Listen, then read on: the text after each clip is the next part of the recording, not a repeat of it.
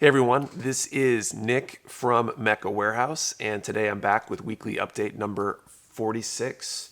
So let's jump right into it. We'll start off with week in review. This is the part of the video where I talk about what's been going on around the warehouse, things that are coming up, things like that.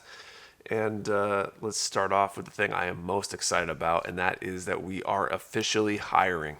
I am now looking for a customer service person. We're calling them a customer experience specialist is our working title for now for the job.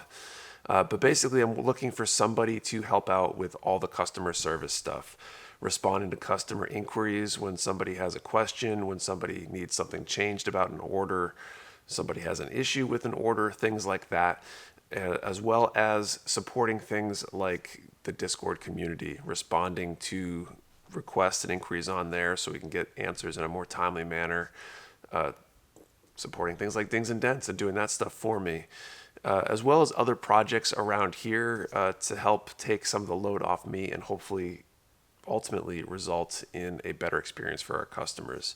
I kind of see this as like two main aspects to this. The selfless side of this is trying to improve our customer service. I think we do a pretty good job, but trying to get those responses to be faster, more timely, perhaps more accurate because somebody isn't rushing through stuff or feeling like they're rushed to move on to the next thing. And then the selfish side of this is that hopefully having somebody able to manage customer service stuff for me means that I might actually be able to disappear for a day and everything might still work out okay, because really the thing I've talked about with the team here is that you need someone's head to be up looking at customer service stuff, because when you're packing orders, responding to customer service stuff is really a pain. I've done both at the same time, and you feel like you're going to miss something, or you're constantly switching back and forth, and that's it's hard. It makes everything harder on both ends. And so I'm really looking forward to getting somebody in here that can do all that kind of stuff. So if you are a Gunpla fanatic and you would love a job working with and around Gunpla all the time, you know kits inside and out and backwards, you have a good feel for different kinds of tools, it would be comfortable recommending things to people based on what they're looking for, like, hey, I need a nipper but I'm new, which one should I get? Those kind of questions. If you would love to do that kind of stuff and would like to work here at Mecha Warehouse, the best place to work, obviously. We've got a great team.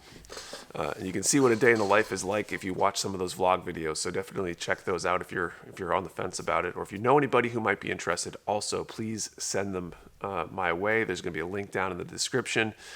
You can see the full job description and apply there. We are looking for a full-time person.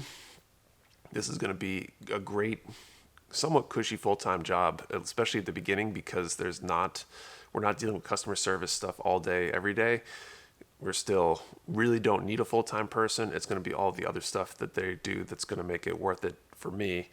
They're only going to need to be here for those core 30 or so hours, and then can work remotely for some of those other hours to try to provide some, late night response to stuff. But anyway, if you have questions about the job, if you would like to apply for it, information should be down in the description, and I'm looking forward to your applications.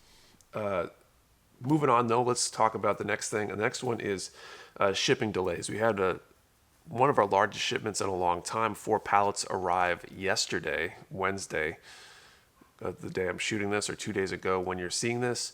And really excited about getting a big shipment. Most of it was all one kit. We got a ton of Sazabi Verka. We'll talk about that in the restock section. But that shipment was supposed to arrive a week and a half ago, delayed by the hurricane down that went through the U.S. A few days ago, Ida, I think. And so that delayed those. We've got another shipment, another pallet, I think, that was also delayed. And it's just been rough. I've been noticing a lot of like West Coast shops getting stuff in stock super fast, and then I've got to wait nominally a week. But in these cases, it's 2.5 weeks, 3 weeks before I get stuff sometimes. It's really frustrating. But thankfully we're getting stuff and it's coming in. But it's been one of the more interesting challenges, and there's not much I can do about it short of like getting my own freight company or something, or getting my own freight trucks to deliver stuff. And I'm definitely nowhere near able to do that right now.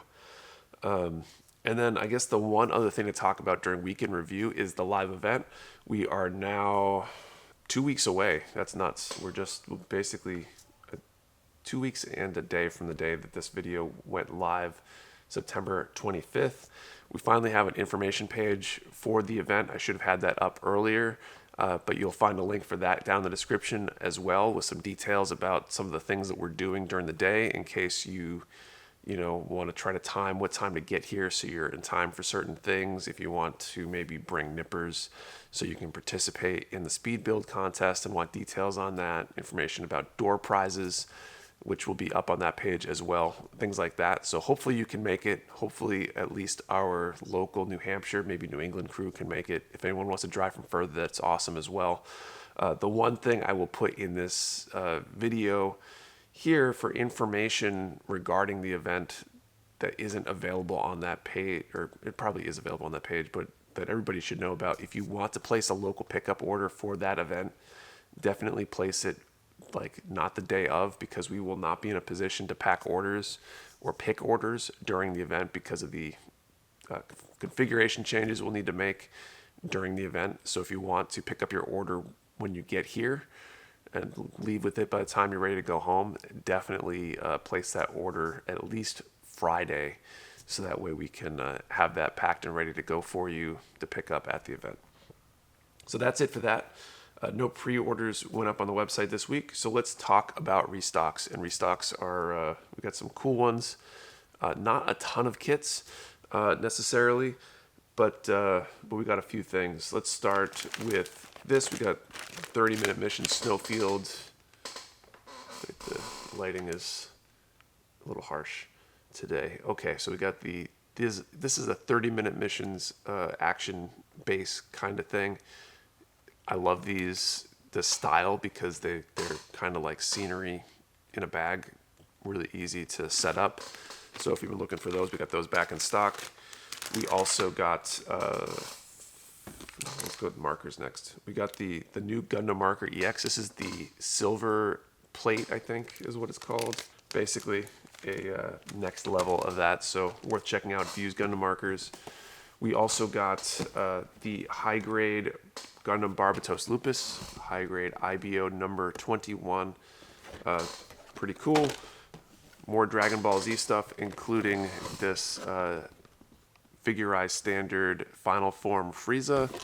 We also got two Master Grades in. The Master Grade ARC 78 to 3.0. Pretty cool kit. This is one of the first Master Grades I built. Tons of detail, tons of part separation, articulation's great.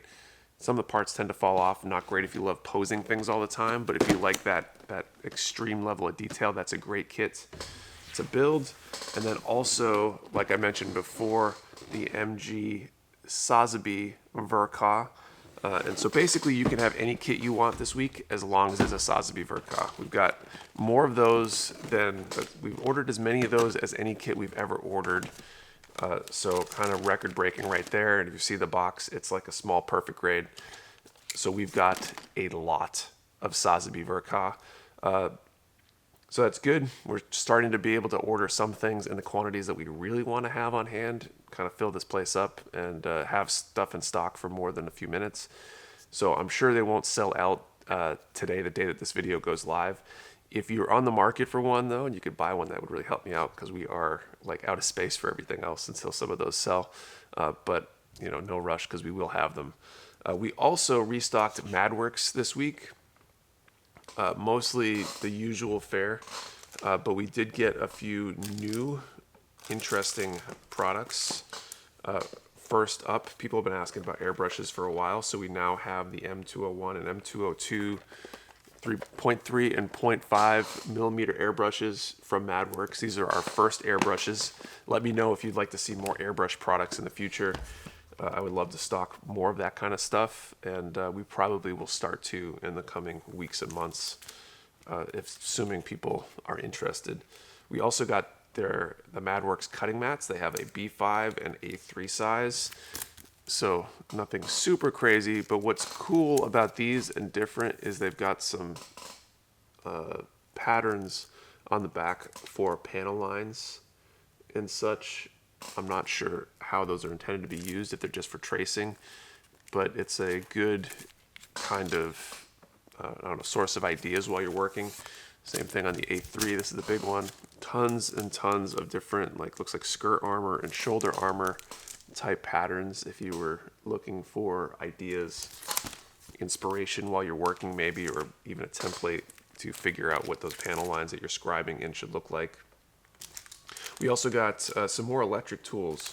We've got this Tiger drill, made by GIC, but distributed by MadWorks. I'm not even sure if MadWorks might even own them at this point. I'm not sure. But little electric drill, USB powered. I'm not sure if this will always be the case, but they do have a little USB to wall wart kind of adapter with those, at least for this time. We also got some David Union tools. The Ultimate Handy Router 365. And the Ergonomic Pen Sander David 400. This is another tool, so not sure how popular these tools would be, but take a look. We got a few of those in to kind of test the waters. It'll be interesting to see if people use those and the like. So I think that's it for restocks. So let's move on to Q&A. And I think we've got a lot of questions this week, so let's jump into it. Gunpla Junkie asks, you're coming up on a year of these weekly updates. Anything planned for week 52, or maybe just a vlog for year in review, since you've had some pretty memorable moments? That was a great question. I think we'll probably do something cool for 52. I think I want to start, I forget if I did something special for kind of year-end week in review. I think like year in review needs to really be like end of December time frame, somewhere in that time frame there. But we might do something to commemorate a full year of doing these updates. It's kind of cool that we're getting close to that. Let's see. 0195 asks, I've been meaning to ask, how does your pre-order system work? Does it take the cash as soon as the order is placed, or when the product is in hand and shipped? And if your pre-order multiple items, do they ship as soon as they get in, or stay in queue until the full order is in? This is a great question. I'm pretty sure the way we do it is pretty consistent across the board, at least with the big players, and that is that we do ship our pre-orders when everything comes in stock, but we charge when you make the purchase. We do this for two reasons. Number one is that pre-order, you're locking in that kit. So if you were to lock it in and then pull your money at the end, or not actually be able to, cover it when the time is that it's ready to ship, then that would be a problem. We need to be able to get the stuff out quick after it comes in. Also, I think while it kind of stinks to pay for something you can't get for a while, the other hand is that you have to worry about what charges are going to come through at a future time. I know I have to worry about that constantly with my orders for inventory, and that is kind of tough, right? Having to deal with those questions, or not those questions, with those shipments shipping who knows when, and having to have the cash on hand to cover it. We ship everything when it comes in because you're paying that one shipping charge. So if you look at our website, when you go to pre-order, it does tell you when that item is expected to be produced and or released. And so if you want to get things as fast as possible, I would separate items based on those rough time frames. If you really want things fast, you are best off ordering them individually, obviously, so that way nothing can get held up if one product gets delayed, for example. You can always send us a message, and we are more than happy to separate items off of a pre-order and send them separately if necessary. There will be an additional shipping charge, but that's basically how all that stuff works. But that's a great question. Okay, Commander Wolf Hadley asks, Q&A here somewhere. It's me again. You've talked about the price of getting a kit made of the Mecha Warehouse mech and the crazy price of it. So idea/question. Have you thought about maybe having the mecha 3D modeled and having parts resin printed, or you could sell the files to print? Basically what they call a garage resin kit. You see a lot of anime figures done this way. It might be a cheaper route to go with your mecha design at the start. This part might be harder, but I have dress up parts like the 30-minute mission kits have added armor parts, but would be parts to make them look like your mecha. I don't know if that's doable or not. Just some thoughts for you. So these are great thoughts. I've definitely thought about the resin print idea, maybe even doing a statue. I probably would never sell the files, but I could definitely see selling parts, a resin kit or a statue or something like that. It's definitely on my mind. It's something that has to be thought about. My biggest concern with that is I'd want to make a kit as mainstream applicable as possible, which means really wanting to be plastic, not resin. But there's definitely some trade-offs to be had there and to be thought about. Okay. Super excited to check out the armored puppets. Really hope they're not as tiny as the governors from Kodo. I think they are. Sorry. Thought of a good one for Q&A. Besides doing order research via Discord, what is the process you go through when deciding to pick up a new line like the armored puppets? How do you decide if a kit or line of kits is worth the investment or risk for Mecha Warehouse, especially if you don't have the time to do order research? This is great. So most of our ordering, we go based on past orders of similar products. If something very similar sold before in a certain number, then it's somewhat reasonable to expect that a similar item might sell in a similar way, right? Well, not so well, things like that. When it's completely different, I tend to place smaller orders if I don't have the time for the research. Usually I kind of do though, and I think that the Discord order research paradigm has been good. It'll be interesting to see how those play out as they come in and see how accurate that is. But yeah, hopefully that's not a cop-out answer. I feel like there's more detail there, but a lot of it's gut feel. A lot of it's what I think at the time. A lot of it's what similar items in the past have done, and just a understanding of what's popular and not popular. Okay, I also have a few questions this week from Instagram and I think TikTok. So first up here, Zio5136, if you can have an unlimited stock of one gunpla in each grade, HG, RG, MG, PG, what would they be? That's a great question. So high grade, I feel like the high grade Leo I would love to have in stock always, because that one sells pretty well. It's a nice kit. People need multiples of them, and it's a good beginner kit, so I would love to always have high grade Leo. Real grade, probably real grade Sazabi I'd like to always have in stock. Same kind of reasons, really nice kit. People buy them all the time. I think it'd be good to have on hand all the time. Master grade. There's one kit. I don't know. There's a bunch of kits that are good for master grade. It's pretty much most of the Gundam Wing master grades, like MG heavy arms, would be nice to have in stock all the time. So I'll go with that. And then PG, right now it'd be PG Unleashed. I'd love to have in stock all the time because that's really popular. But really, any of the PGs would be good to have. Okay. Junktown.gunpla asks, what's the best way to decal a clear kit? And so my answer to this is going to be, I have no idea if there even is a best way. I would imagine it's basically like decaling any other kit, but I couldn't really tell you if there's a special way to do it that is better than others. Next one, fredxday asks, are you planning to be... I can't read today. One more try. fredxday asks, are you going to be planning on raising prices? Local business that also is an online retailer gave me several excuses as to why they're charging $30 for $12 HG kits, and what really ticked me off is they are saying it was due to a shipping crisis because of added cost of containers coming overseas, and then said something about not being able to get drivers to transport them. Then they backpedaled and said they were only able to get whatever Bluefin had on hand.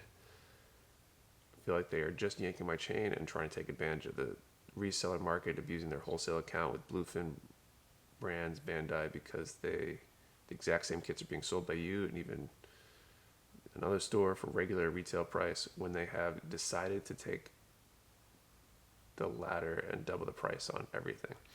So short answer is no, I have no plans on raising prices other than the MSRP going up. I have no plans to try to gouge or scalp or change our prices to take advantage of the market or whatever. We're going to sell things at the prices that they're supposed to be sold at. I can see why some shops would consider raising prices. I could see why a shop that was charging well under MSRP, above MAP but below MSRP, perhaps going up to MSRP on stuff.